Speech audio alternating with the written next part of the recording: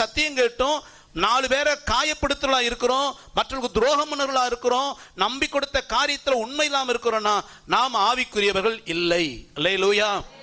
தேவனுக்கு பிரியமில்லாத காரியத்தை, பாவத்தை துணிகரமா செய்து தெய்வ பயமே இல்லாம தவறுகளை மறைத்து மாய்மாலம் பண்ணி மனிதர்களை ஏமாற்றி நாம் ஒரு விஷயத்தை துணிகரமா செய்துகிட்டு இருக்கிறோம் அப்படின்னா நாம் ஆவிக்குரியவர்கள் இல்லை.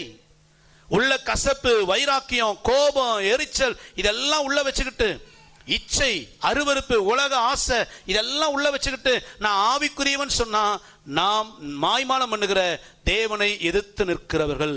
ஆவிக்குரியவன் மனுஷன் பார்க்கறானா இல்லையோ, நான் மாய்மாலம் பண்ண மாட்டேன், தேவனுக்கு பயந்து நடப்பேன். அல்லேலூயா.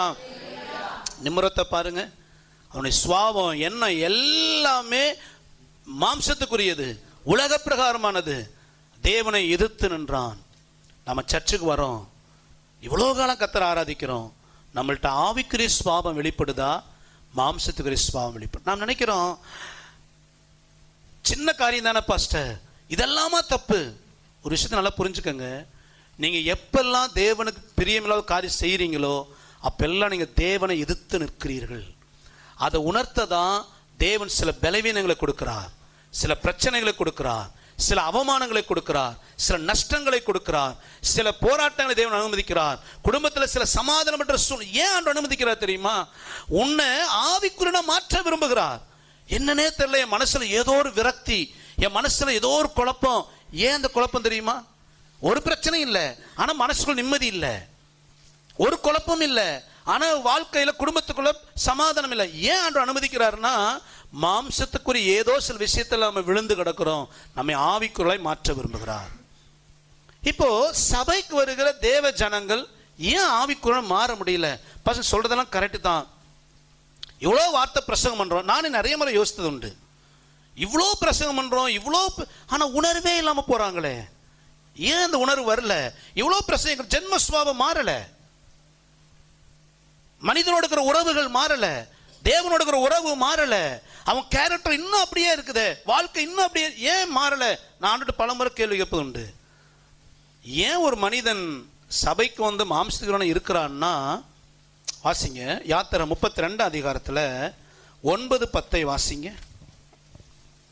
பின்னும் கர்த்தர் மோசேயை நோக்கி, இந்த ஜனங்களை பார்த்தேன், இவர்கள் வணங்கா கழுத்துள்ள ஜனங்கள், ஆகையால் என் கோபம் இவர்கள் மேல் மூளவும், என் கோபம் இவர்கள் மேல் மூளவும், நான் இவர்களை அழித்து போடவும் நீ என்னை விட்டுவிடு, உன்னை ஒரு பெரிய ஜாதியாக்குவேன் என்றார். நல்லா கவனிங்க, தெரிஞ்ச சம்பவம் தான். இஸ்ரவேல் ஜனங்கள் கன்றுக்குட்டியை வணங்கி என்ன செய்தாங்க? ஆராதித்தாங்க. ஆண்டவருக்கு பயங்கர வேதனை. மோசே பார்த்து சொல்றாரு, இந்த ஜனம் எப்படிப்பட்ட ஜனம்? வணங்கா அப்படின்னு என்ன அர்த்தம்? வணங்கா கழுத்துலன்னு என்ன அர்த்தம்? திமிர் பிடிச்சவன், இது ஒருபோது எனக்கு என்ன செய்யாது, கீழ்ப்படியாது, எப்ப பாரு என் வார்த்தை எதிர்த்து நிற்கிற ஜனம், அதனால இவர்கள் என்ன பண்ண போறேன்? நிர்மூலமாக்குறேன்றாரு. யாருங்க இந்த ஜனம்? கர்த்தருடைய டைரக்ட் பிரசங்கத்தை கேட்டவன். 10 கட்டளைகளை யார் பிரசங்கம் பண்ணது? ஃபர்ஸ்ட் பிரசங்கம் யாரது கேட்கிறான்? கர்த்தரே பேசுறாரு. அந்த சீனாய் மலையின் கொடுமுடியிலிருந்து கர்த்தர் டைரக்டா ஜனங்களோடு பேசுகிறார். நேரடி பிரசங்கத்தை கேட்டவன். நம்மள ஏமாத்துறோம். கர்த்தர் நேரடியாய் பிரசங்கித்ததை கேட்டு மோசே இப்ப மலைக்கு போயிட்ட தேவ சமூகத்துல கொஞ்ச நாளுக்குள்ளே கர்த்தர் வார்த்தை என்ன பண்றான்? மீறி கண்ணுக்குட்டியை வணங்கி கண்ணுக்குட்டிக்கு ஒரு பண்டிகை வைத்து தன்னை நிர்வாணப்படுத்தி கொண்டு தெய்வ பயமே இல்லாம தன்னோடு தேவன் பேசினதை காதால கேட்டு நடுங்கின அந்த கூட்டம் கொஞ்ச காலத்திலேயே தெய்வ பயம் இல்லாம கர்த்தர் வார்த்தை மீறி நடக்கும் பொழுது கர்த்தர் சொல்றாரு, வணங்கா கழுத்துள்ள ஜனம். இவங்க ஏன் இவ்வளவு ஒரு துணிகிறவர்களுக்குள்ள இவ்வளோ கர்த்தர் வார்த்தை கேட்டு ஏன் மாற்றமே வரலன்னா, இவங்க கர்த்தர் வார்த்தை கேட்டாங்க, கர்த்தர் பேசுகிறார் என்பதை உணர்ந்தாங்க, தேவனுடைய சத்தம் அதி பயங்கரமானது என்பதை உணர்ந்து நடுங்கினாங்க. காலப்போக்கில் ஏன் நீர்த்து போச்சுன்னா, தேவன் தங்களை எதற்காக தெரிந்து கொண்டார் என்பதை மறந்து வாழ்ந்தார்கள். ஏன் ஆண்டவர் இந்த இஸ்ரவேல் ஜனத்தை தெரிந்து கொண்டார்? முழு உலகத்தில் இந்த ஒரு கூட்டத்தை ஏன் தனக்காக தெரிந்து கொண்டார்? எவ்வளோ ஜனம் இருக்கும்போது நம்மளை ஏன் கர்த்தர் ரட்சித்தார்? ஏசாயா 43:21 சொல்கிறது, இந்த ஜனத்தை எனக்கென்று ஏற்படுத்தினேன், இவர்கள் என் துதியை.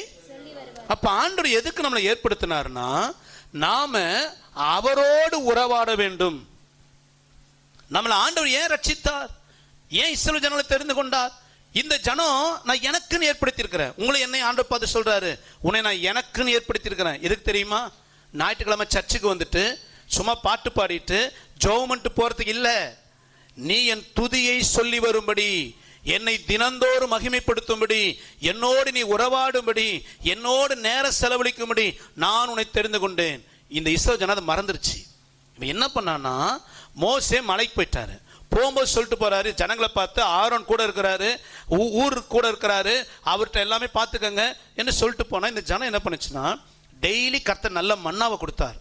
நல்ல வயிறு முட்டை சாப்பிட்டான். சாப்பிட்டுட்டு ஒரு வேலை வெட்டி இல்லை அவங்களுக்கு. என்ன இல்லை? காலையில் மண்வெட்டி தூக்கிட்டு போய் தோட்டத்தில் வேலை செய்யறதெல்லாம் இல்லை. மணி அடிச்சா சோறு, மணி அடிச்சா. இதுதான் பெரிய பிரச்சனையே இன்னைக்கு. கர்த்தர் நம்மளை ஆசீர்வதிக்கிறார் பார்த்தீங்களா, அங்கதான் பிரச்சனை ஆரம்பிக்குது. நல்ல சாப்பாடு கிடைக்குது, சாப்பிட்டுட்டான்.